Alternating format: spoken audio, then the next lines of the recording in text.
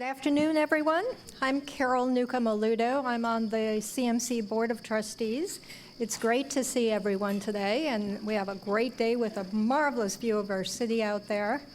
Today's forum, Police Body Cameras, Benefits and Challenges, will explore the mirrored issues of police body cameras. Please take note that this is the first of two forums.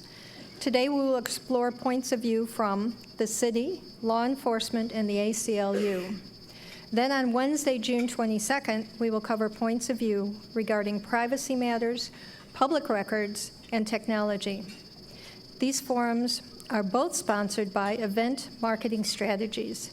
Won't you please help me thank them and welcome Jeff Milgrom, President and Founder, to the stage to introduce our speakers.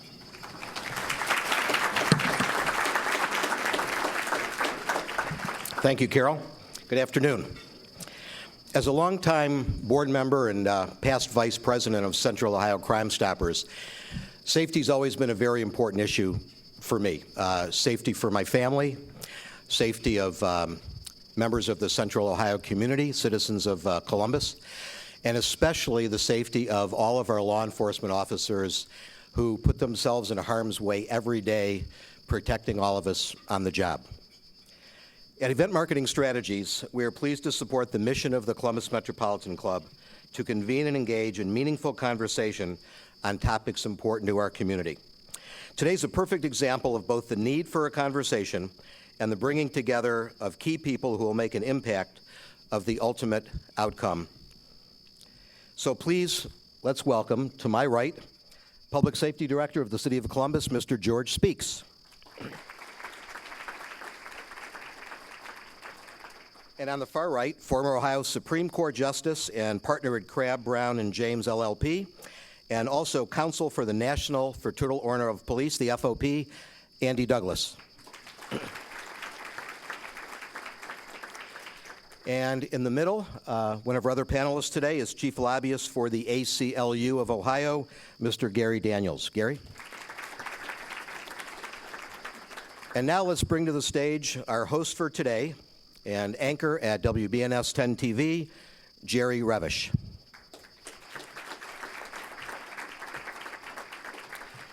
But first, to start off the conversation, I have the honor of introducing a man whom I first met in 2007 when he joined Columbus City Council and soon after took over as head of the Public Safety Committee of the City of Columbus and worked with us at Crime Stoppers very closely and did a great job working for us. And here, 9 years later, at his very first Metropolitan Club Forum, please help me welcome our mayor, the Honorable Mr. Andy Ginther.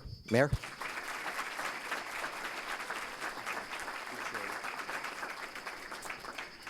Good afternoon, and thank you, Jeff, for that kind introduction. I do want to give a warm Franklin County welcome. We are fortunate to have a special guest with us from Hamilton County, where the best thing in my life came from, the northeast side of Cincinnati, my wife Shannon. But Hamilton County Prosecutor Joe Dieters is here, so thank you, Prosecutor, for being here.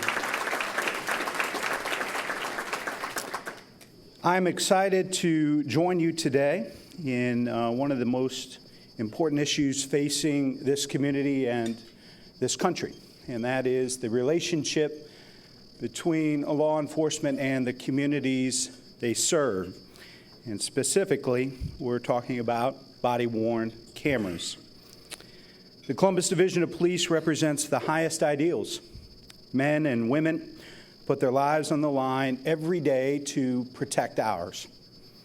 Day in and day out, they perform their duties with honor, integrity, and effectiveness, reducing the number of violent crimes in our community every year, even as our population is on the rise. It is important to recognize that it is more challenging than ever before to wear a police uniform. We are painfully aware that police in cities around the country are facing unprecedented challenges in their relationships with the communities they serve.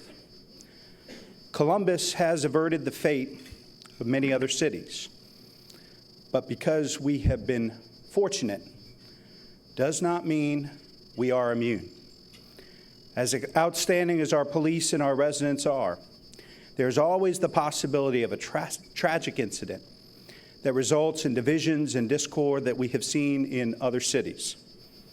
That is why we are doing all that we can to increase transparency, trust, and accountability, including adding body-worn cameras to the tools used by our Department of Public Safety. According to a recent national survey, 95% of all large police departments are planning to proceed with body-worn cameras, having either already implemented or expecting to add this policing tool. Police organizations, including the National Fraternal Order of Police, have provided guidance for best practices as police forces throughout the country equip their officers and develop policies for implementation. Last year, former Mayor Coleman and I appointed a committee of leaders from across the community, from the faith, FOP, neighborhood and community leadership. Some of those members are here today, including Bo Chilton from Impact Community Action. This group will help us determine the most effective and efficient way to incorporate body-worn cameras in Columbus. It's chaired by our Safety Director, George Speaks. The committee will soon release its recommendations. Another committee has carefully crafted our request for proposals for vendors who can provide the body-worn cameras and technology associated with implementing it. The RFP was released yesterday and is available for review, consideration at columbus.gov. These committees continue to work diligently and collaboratively to create policies and find equipment that work for Columbus. And I want to thank them and recognize them for their service.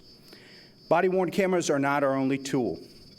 We have also invested in bike patrols, walking crews, community liaison officers, school resource officers, social media outreach, and our Diversity Recruiting Council, and listening tours to engage with communities, keep communication lines open, and build trust and goodwill.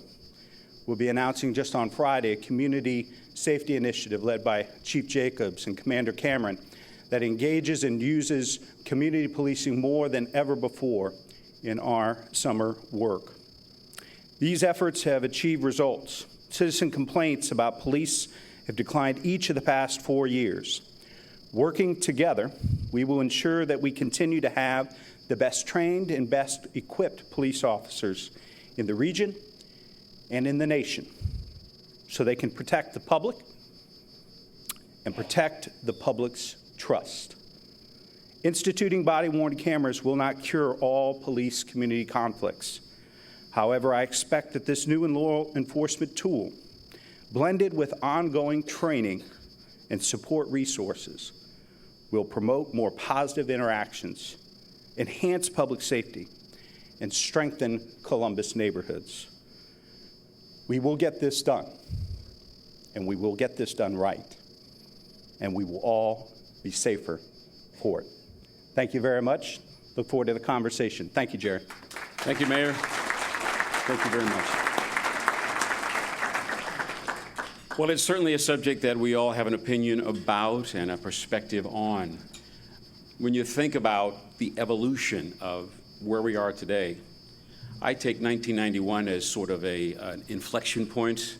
The Rodney King case, where a man took a video camera and shot that whole encounter between he and the LA Police Department. Fast forward to some of the things we've seen today, including the University of Cincinnati police officer situation down there in Cincinnati. We heard Mr. Dieters talk about that passionately in his remarks around that case. There's a lot to mine today, and we're going to get right to it. I want to ask all of our panelists this question. What should a good policy on body cameras include? What should it look like? Director Speaks, we'll start with you. Well, we have worked for 6 months now, a little over 6 months, to craft what I believe will be the best body camera policy in the nation. So how do we do that? First, the mayor assembled an amazingly talented, diverse committee. We have looked at national best, so as to not reinvent the wheel. We have looked at national best policies from across the nation, the ACLU, the FOP being two of the 4 national policies. We've looked at over 25 policies from various jurisdictions around the country, and we've learned from those. We've learned not only from their successes, probably more importantly, we've implemented or put into our policy many things in which they made mistakes, and we learned from their mistakes. So we did not reinvent the wheel. I think we took the best that was out there and learned from others' mistakes. And at the same time, we were able to craft a policy that's tailored to Ohio's unique law with respect to public records. So we will be presenting to the mayor next month. First, a policy. Again, I think it will be one of the best policies in the country that will balance the interests of transparency and privacy. And second, some various Ohio Revised Code changes that will ensure privacy as we utilize this new technology. Mr. Daniels. For those of you who know what the ACLU does, you might expect that this is a very complex issue for the ACLU because it involves a whole lot of issues that we take an interest in. So you're talking about police accountability. You're talking about personal privacy, and not just the privacy of the public, but also the privacy of law enforcement. You're talking about open government, government transparency, public records, those types of issues. And sometimes these issues can be in conflict with each other. And at the ACLU, we're so open-minded, we even disagree with ourselves about what these policies should be like. But roughly speaking, when you're talking about what goes into any policy, it's pretty uniform no matter where you are. So you're talking about when should cameras be activated? When should they be deactivated? Should there be notice given to the public that they're being recorded at that time? What do you do when you go into people's homes in non-emergency situations? What do you do when you encounter people who are crime witnesses or victims or informants? How should this all be handled in a public records arena? And that's where you see some conflict between personal privacy and public records. So these are complex issues, but they're certainly not insurmountable.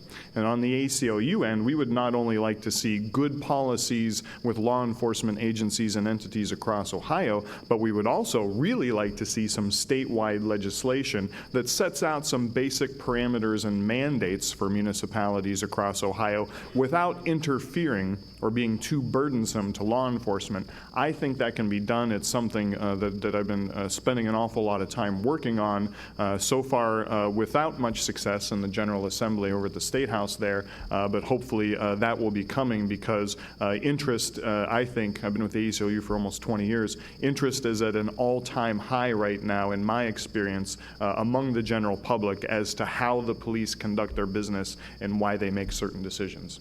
Thank you. Judge Douglas. Jerry, if I might, before I start, correct the record. My partner, Larry James, is the general counsel for the National FOP. And when we get back to the office, if I hadn't have done that, I wouldn't have a job. I don't disagree with the other two speakers, except they live in a world of policy making. I live in a world where we have to deal with it practically.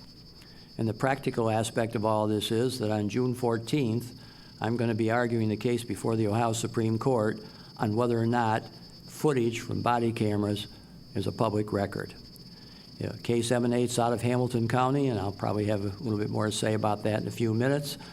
But the practical matter that they're talking about is, sure, go through the General Assembly, and I'm fine with that. In fact, I suggest in our brief to the court that they defer this to the General Assembly because that's where these policy matters should be made. But the court is going to have squarely before it the issue, does the press have a right 5 seconds after that camera is turned on to have a direct feed into that camera no matter what it shows and what it's going? That's the issue, and that's the world I live in. Thank you. Director Speaks, let's talk about how this is going to work. How many officers are going to wear them? Who's going to wear them? How long are they going to be on? All of that. So great question. That's the first issue that we tackled on the committee. Who should wear the body camera committee? You'll find that when you look at national policies, many times there's a continuum, and there's a continuum on that question. The ACLU, for example, in their policy believes that every officer who has the ability to make an arrest, which in Columbus would be 1,856 as of today, should have a camera. On the other end of the spectrum, you have a study funded by the Department of Justice, and I believe that's the way our committee is going to go. First responders. I believe the committee is going to recommend that approximately 1,432, not all of our officers, will have cameras, and that's the first responders. And the reason that a blanket policy doesn't fit here in Columbus is we are one of the largest law enforcement agencies in the country. We have many folks who are not quote-unquote first responders who have secondary type jobs. For example, we have 20 helicopter pilots. They will not be interacting with the public. There is no need to put cameras on these folks. Secondly, we learned from a mistake. In Las Vegas, they quickly implemented cameras. They purchased one for every first responder. They soon realized cameras break. They did not include any extra cameras for that. So the recommendation to the mayor is going to be 1,400 and approximately 32 cameras plus a 10% cachet for malfunctions and breakage.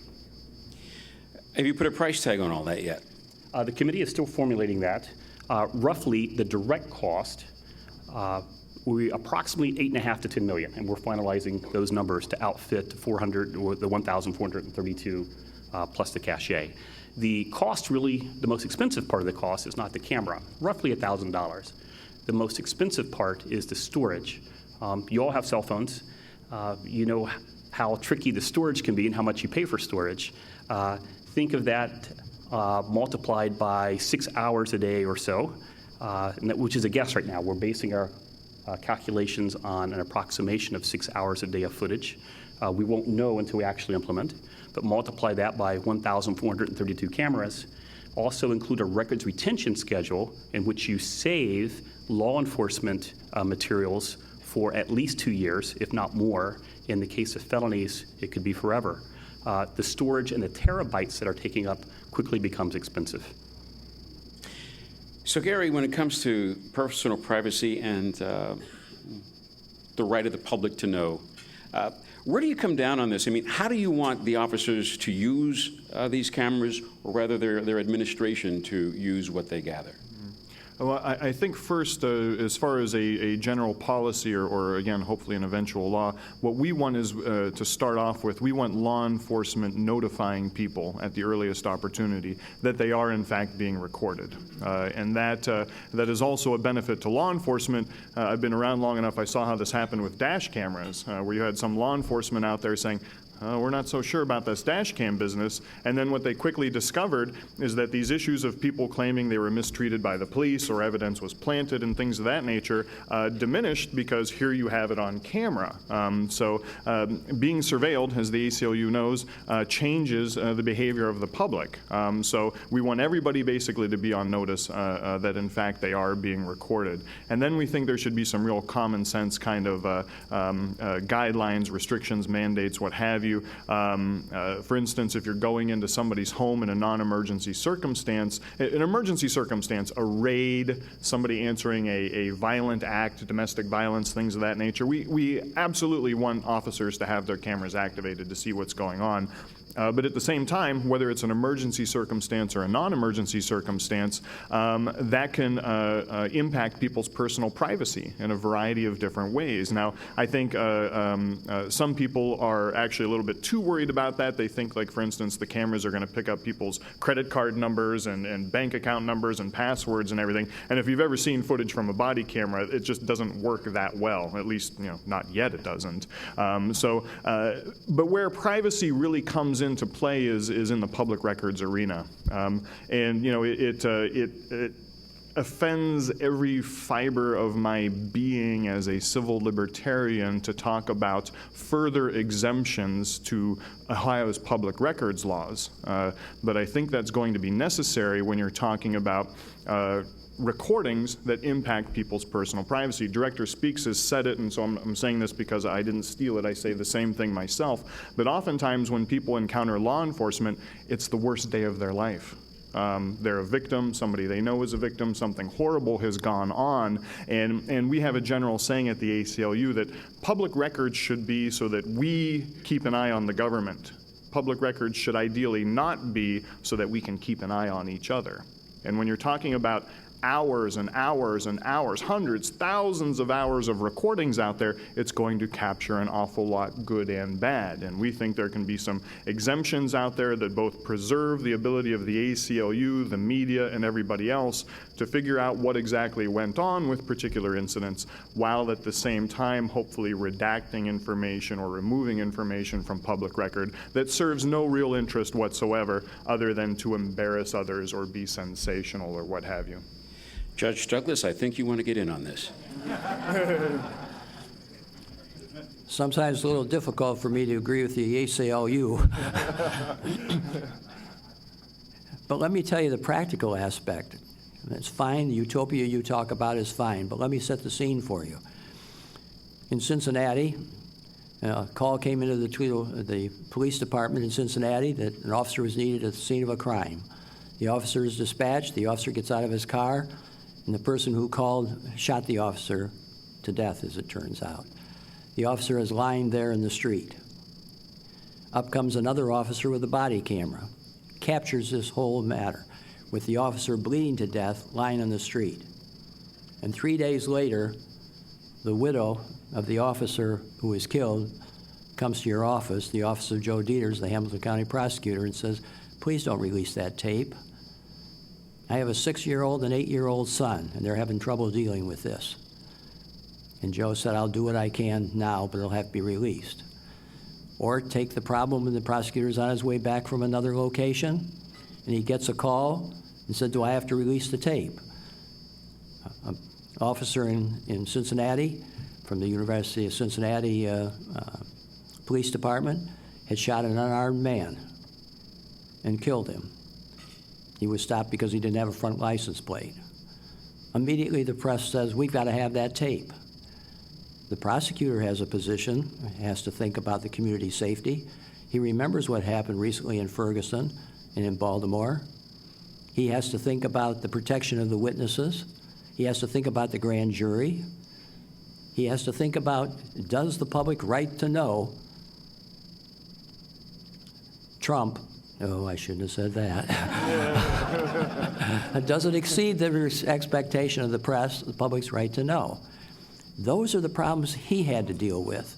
And so if you'll take the sheet that I handed out to you, you'll see that on Sunday the shooting occurred. On Thursday and Friday he gets a demand for the release.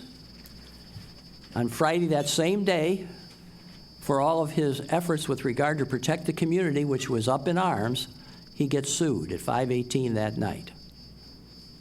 Within a few days, he convenes a grand jury and he releases the tape.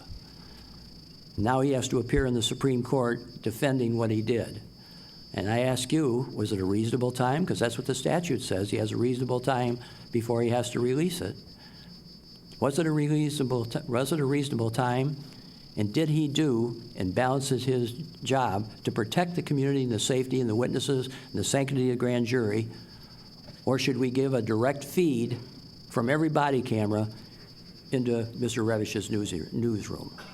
That's really our issue. Thank you. So, Director Speaks, who's going to decide who releases the video and what video is released? So let's take a step back for one second. So here's what we're talking about. We're talking about two potentially conflicting interests. On one hand, body cameras have been shown through studies and statistics to be wonderful in terms of better behavior, for lack of a term, better behavior. Specifically, in Rialto, California, there was an 87.5% less complaints against police officers after they introduced body cameras. Likewise, there was a 59% less use of force due to body cameras. Phoenix, 40% less in complaints. Body cameras were first introduced in Europe, and the first studies were done in Europe. In England, they found that there were much greater guilty pleas, as I think that we'll find body cameras will be a great tool for prosecutors. I'm a former prosecutor. I've talked to our prosecutors. They are looking so forward to that aspect of body cameras. Likewise, they found less assaults on officers in England. So you have accountability and transparency on one hand. And for that, you need body cameras on. But on the other hand, you may have a person on the worst day of their life, the most humiliating day of their life, and there are now 500 YouTube channels that post body camera videos. In fact, some folks are making money by making public records requests. Therefore, when the public watch, they receive money every time there's a hit. So you have these two competing values, if you will, transparency, accountability versus individual privacy. So our committee has done two things. We have tried to craft a policy unique for Ohio's records law to balance those two. Secondly, we're going to hopefully work with the ACLU, the Ohio Newspaper Association, the FOP, and get to the legislature and craft some additional exemptions to the Ohio Sunshine Law in order to protect that privacy. Mr. Daniels, I want to ask you this. It's sort of a con, pros and cons. This is a con sort of thing, a concern that some folks have about cameras. Use of body cameras may prevent people from coming forward as credible witnesses to help assist in investigations due to fear of retaliation or fear of public exposure. Do you buy that argument? I think for good reason some people will have that fear when it comes to body cameras, but that doesn't mean that it's not a solvable problem. I think if you can exempt from public records or not record in the first place, in some instances, a person who is a crime victim, a crime witness, an informal informant, if that's a term, not an official police informant, those are the types of things I think it makes absolute sense that you don't have as available as public records because of the potential danger to the witness, to the victim of the crime, and what have you. So it's, we generally agree with that kind of exemption because it both protects personal privacy and allows law enforcement to do their jobs. Justice Douglas, looks like there's going to be a need for some revisions, some policy changes, some regulations coming down from the state on this. How do you see that playing out here, and how quickly can we get that accomplished? I can tell you that there's a bill before the General Assembly now, and they're going to go home tomorrow or today or yesterday, whatever day it is, and they're not coming back until after the general election. Meantime, we have to deal with the problem because, as I tell you, it's going to be before the Supreme Court on June 14th. How do I see it working out? My hope is that the court will defer the matter to the General Assembly so there can be a statewide policy. For instance, I sat in a meeting just this week with the Attorney General's task force on police regulations or some such thing.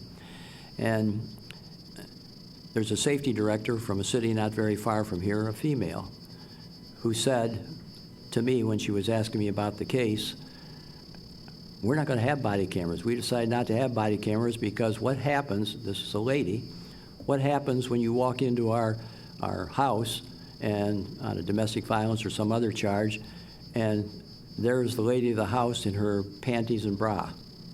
Should that be on the 6 o'clock news? And down at the end, the police chief said, oh, we don't turn them on if we don't have to. Some places require, the policies I've seen, that they be turned on. So the direct as soon as you have interaction with the public. So the direct answer, Mr. Revish, to your question is, I do not see it occurring on the short term. I think there will be pronouncements come out in the short term that may not, in fact, be conducive to solving the problem. But courts are in a position where they have to balance and make decisions and decide cases. So I don't think it'll be very quickly, but do we need to? Yes. And the other point I would make is I think it should be a uniform policy throughout the state, because if you have in Delaware somebody not turning them on only at their discretion, and somebody in Policeman Mayor Ginther requiring somebody in Columbus to turn them on, there'll inevitably be conflicts. We just had a shooting out in 480 where we had 5 police departments, all with cameras, different angles. And the policy has to be the same, I think. So, Director Speaks, Do you envision a whole new department of videotape review when the tapes come in and you all have to look at that stuff? How are you going to do that? So we are not reinventing the wheel here. Public records has always been a part of the job that we do. We have a public records unit. So these issues dealing with public records is not new. What we're talking is additional exemptions that may be required under the current existing law. So no, we will have to undoubtedly augment our public records unit for two reasons. First, undoubtedly based on what's occurred around the nation, there will be more public records requests. Secondly, I am sure that prosecutors are going to love body cameras and undoubtedly will want to utilize them in their cases. So from the criminal justice system, we will also be receiving more requests. So that is one of those indirect costs that it's very difficult to quantify now. But the mayor has already granted us approval for 3 additional positions. And once we start rolling out cameras, we'll reevaluate to see whether that's enough. But again, let me underscore, this is not a new issue, public records. Sir. Thank you, Jerry. Director, what would you do if the Supreme Court on the 1st of July says that all the footage from every body camera is a public record, that closes it with none of the exceptions under 149.43, and you have to release it immediately, and that's the court order? What would you do? First, I don't think the court would ever issue such an order. First, a public records are defined in law. A public record is, and correct me if I'm wrong, that which documents the function of the government. So a shooting situation would document, it is a public record, but I believe would fall under the law enforcement investigatory exception, which I believe is the crux of the case that you're going to argue. On the other hand, if the officer is going to the restroom, that certainly does not document the functions of the government and therefore is not a public record. So I believe Ohio law is already applicable to the great vast issues that will arise, and we're simply going to have to augment current law to include some additional redactions. So you'd let prosecutors and lawyers redact the tapes? So a law enforcement exception right now is an exception to public records law. I agree with you in that I don't think that we have to give out that tape immediately, and I do not foresee Ohio Supreme Court mandating that. Which, let me add this, that is what makes this such a fascinating issue in Ohio. Again, you have this issue of transparency versus privacy. Some states have gone totally to transparency or privacy. For example, if you're in Florida, body camera records pursuant to statute are not a public record, which I think is a horrible policy because you don't get to the transparency aspect, which you want to show as a government. But because in Ohio, I believe they are open records, but subject to exemptions and therefore redaction. In a few minutes, we're going to move to your questions, and we do have a microphone here in the center of the room, so we'd like you to step to the microphone, state your name and your question in brief. And before we take your questions, I'd like to ask one more. What kinds of cameras are we looking at here? Are we looking at eyeglass cameras, body cameras? Have you decided which model you're going to use? Yesterday, a bid went out called a request for proposal, an RFP. There's about 30 different body camera vendors out there. We are still in the state of a somewhat new technology, much like the old VHS beta tapes. I'm sure that over time, the herd will be called, if you will, and we'll come down to a few. But I expect a great number of vendors to apply. And how long will you keep the records? How long will you keep the tape? So again, there's nothing new here. For example, we've been utilizing cameras in our cars or our police cruisers for a number of years. And so that's called the records retention policy. In general, if it's non-evidentiary, after 90 days, that film goes away. For example, officer, I'm new in town. Could you point out a good restaurant that's nearby? That's non-evidentiary. So in 90 days, that would go off our servers. On the other hand, if it becomes evidentiary, generally at least 2 years. In the case of felonies, and because you have post-appeal convictions, that tape can be kept literally forever. And therefore lies the expense I was referring to earlier in terms of the accumulation of terabytes over time. I know you have some questions. Please stand, come to the mic, and ask your question. No takers? I can't believe it.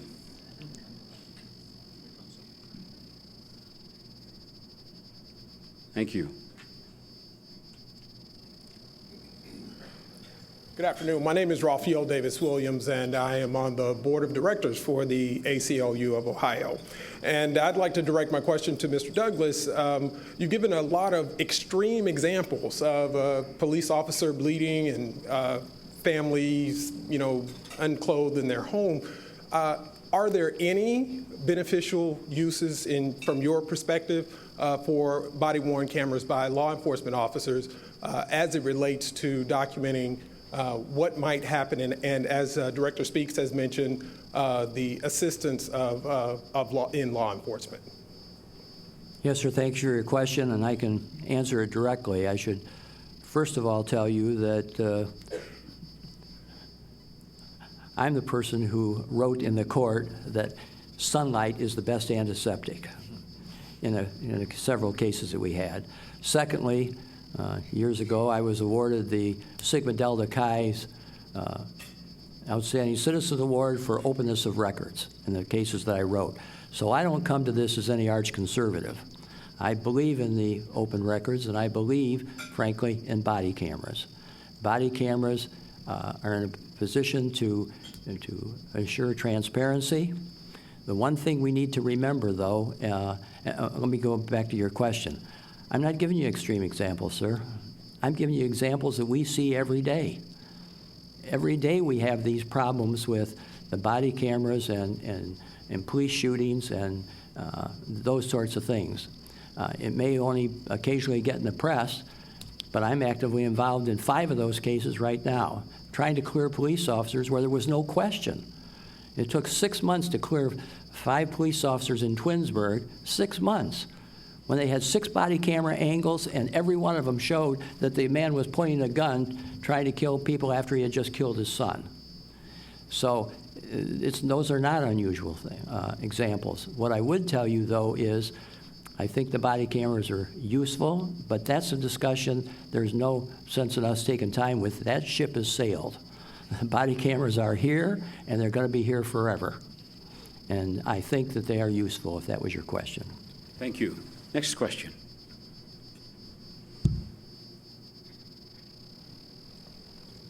Hello, my name is Jonathan Stewart. I have a question for Director Speaks. When you mentioned the additional augmentation of the Public Record Department, you mentioned that you was going to add 3 more people. However, you plan on outfitting 14, I'm a numbers person, I'm a business intelligence, so I love numbers, so if this is too many numbers, I apologize up front, because I'm about to just start throwing out numbers. Just to warn you, I went to law school to get away from numbers, so. But you're going to outfit around 1,400 first responders. And if they're going to record on average of 6 hours a day, that's about 43,000 hours a week, which makes about 2.23 million hours in a year. And with more exceptions, it adds even more time. So 3 people only have 6,200 hours total of work time a year. You need almost 360 full-time employees dedicating nothing but every second of the day to review all 2.23 million. If they were to review it at 50% speed, that's still 180 more people. So my question, after all the numbers, is how fast can you increase your augmentation? Because 3 people won't be enough. It's not going to happen. So a couple different answers to that. First, not everything an officer records will be a law enforcement used for evidentiary purposes, so there's no need to review that. Secondly, at the end of a shift, the officer will go back and what's called tag. He will link that footage with a specific police report number, an incident number, so that the video is married with the written documentation. Therefore, not all of those hours need to be reviewed. Secondly, technology is becoming more and more amazing with respect to redaction. And I think in a couple more years, in talking to some of the countries who've presented to the committee, we'll find that there's even some even greater advances in efficiencies to the technology. Third, we have surveyed law enforcement jurisdictions from around the country. Anywhere from 3 to 9 seem to be the augmentation of the public records unit. So that's something we want to keep very close tabs on. We're not going to actually know. The 6 hours is a guesstimate, if you will. We're not going to know until we actually implement. And it's very difficult, again, to exactly figure out ahead of time exactly how much you'll need, relying on folks from around the country, because the public records laws and the redaction laws are different wherever you go. But we've been assured that we will have the resources to perform the redaction and to respond to the public records request. Okay, thank you. If I could add to that, just to reemphasize what Director Speak said, an awful lot of times the cameras simply aren't going to be on or activated. So I know your question comes from the concern about cameras always being on an X number of hours over X number of officers. But certainly the Columbus policy and really every other policy out there I've looked at and reviewed talks about activating the camera only in like a law enforcement type situation. So as they're riding around in the car, as they're talking to people, doing different things, that stuff is not going to be recorded. And if there is a situation where they're not recording and something goes immediately wrong, you think you're just having a regular conversation with someone and they pull out a gun and they start going after the officer or something like that. Obviously, I mean, the ACLU wants cameras activated as soon as possible. We don't want any danger to the officers or bystanders or anything like that. But the wonderful thing with body camera technology right now, and I think we'll see this across all vendors if it's not already the case, is it buffers. So if something goes wrong and you activate it, it will basically back up and capture that previous 30 seconds, 60 seconds, 90 seconds, whatever you set it for. So you don't have to worry about, oh my goodness, I didn't have the camera on when it really should have been on, because again, you activate it, it captures that previous time, that previous event for the benefit of everybody. Thank you. Thank you.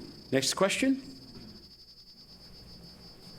Hi, I'm Carol Newcomb-Alutto. I have a question about coordination in terms of, I'm sure there's some cameras, or I assume there's cameras throughout Columbus that the police department has access to, not personal cameras, but cameras on buildings, et cetera.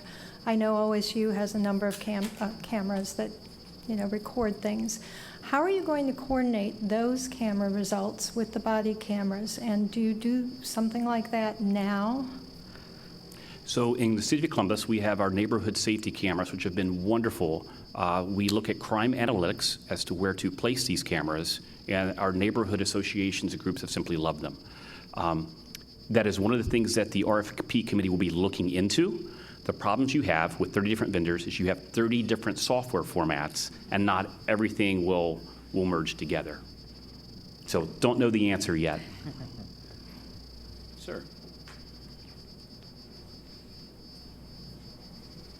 Hello, and my question's for Director Speaks. I'm Dave Franco. I'm with a company called NetApp. We provide data storage for video surveillance for places like Columbus Airport. And my question is really around policy and funding. So for the airport, for example, a lot of their funding comes from the Fed, and the Fed dictates their policy on retentions and how they can use that data. So my question is, for the city of Columbus, if any of our funding is coming from the state or from the Fed, even though we have our own committee to decide on our policies, are we forced by the fact that they're giving us money to change our policy to bend to their needs because they're giving us money? And I don't know if we're funded that way or not, and that's kind of my question. The short answer is no. We are under the Ohio Revised Code, not the federal code, with respect to records retention and policy. With respect to funding, the mayor has made this a significant priority for the city of Columbus, and the mayor is utilizing general funds and perhaps capital funds, depending on how the RFP flushes out. But that will be coming from city funds. However, that is one of the things I would hope that the state legislature would take up, especially if they mandate body cameras, do not have an unfunded mandate, help municipalities and local law enforcement jurisdictions to offset the great expense and significant investment this is going to require. Okay, so will we be at the mercy of the state then if that happens in determination of policy? So currently there is Ohio Bill 407 by Representative Boyce and Grossman. That does not dictate policy. Rather, what that bill says is, here are the various issues in a policy that you must address, and each local law enforcement jurisdiction gets to craft their own unique policy, but they have to address each of those issues. Who knows what will happen with this legislature, but we fully support Representative Boyce and Grossman's bill. Thank you. And if I may ask, as we get ready to take the next question, is there a date certain on when body cameras will be on Columbus police officers and on the street? So we released the RFP yesterday. We hope to contract, if everything would go according to plan, by mid-September, early October at the latest. And therefore, for implementation, we have an 8-phased implementation. The first phase would be in our traffic unit. That's for several reasons. First, there is generally not a what the judge would call an expectation of privacy on our public roads. Secondly, that allows us time to build the infrastructure. Again, learning from mistakes of others, some jurisdictions have bought these cameras. The officers go to upload them at the substations, and they find out that their communications infrastructure was inadequate. So we have done a survey of all of our substations. We need upgrades in approximately 9 of our substations to go to fiber. The mayor has set aside $1.4 million in our capital budget to do that. By implementing first in the traffic division, that will allow us time to, get the communications infrastructure going. Secondly, to hopefully be very careful to not violate the privacy of folks as the traffic unit works outside on our highways. And thirdly, by starting in the traffic unit, it allows us to, how should I put it? These are the more experienced folks generally in the division and leaders in our division, and I think folks will be more apt to follow their lead. If you look at incidents from around the country, many instances of public police discord have occurred in traffic situations. Cincinnati is a good example. So that's a great place in which to start. And that'll start when? Hopefully by the end of the year. That's our goal. So we will contract, hopefully mid-September, early October, with the initial phase of deployment in our traffic unit, hopefully by the end of the year. Okay. So December 31st. Thank you. Hi, Andy Campbell. Director Speaks, I had the privilege to talk to you about some of these issues as we prepared for this. I'm curious, and all of your opinions. One of the things you mentioned were about the YouTube channels and some of the kinds of things that end up. You mentioned, Gary, these the worst day of people's lives when these things happen. What are the kind of things we should be looking out for? And certainly for Justice Douglas, really, should these be public records? These kinds of events or things that the videos capture. Should they be public records? Was that your question?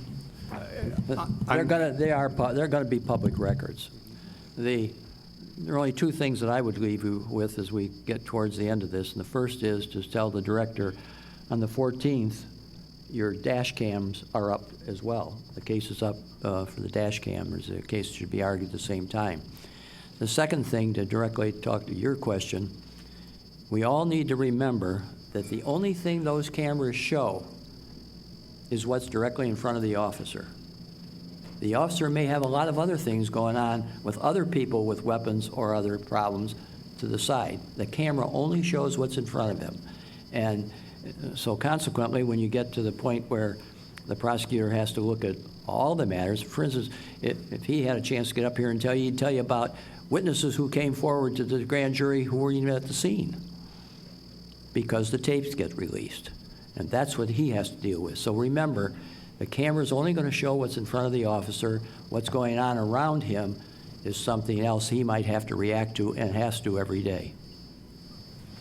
Thank you all. We're out of time right now. Let's give our panelists a round of applause. Let's bring our presiding officer, Carol Newcomb-Alutto, up to close us out. Thank you. I hope you all enjoyed today's forum. We encourage you to continue the conversation in the hall with cookies. You can view and share today's forum in all our forums on CTV Columbus Television and WOSU and PBS affiliates statewide through the Ohio channel and anytime on CMC's website via YouTube. Please thank our sponsor, Event Marketing Strategies. Thank you. And our speakers, Andy Ginther, George Speaks, Andy Douglas, Gary Daniels, and of course, Jerry Revish. Thank all of you for coming also.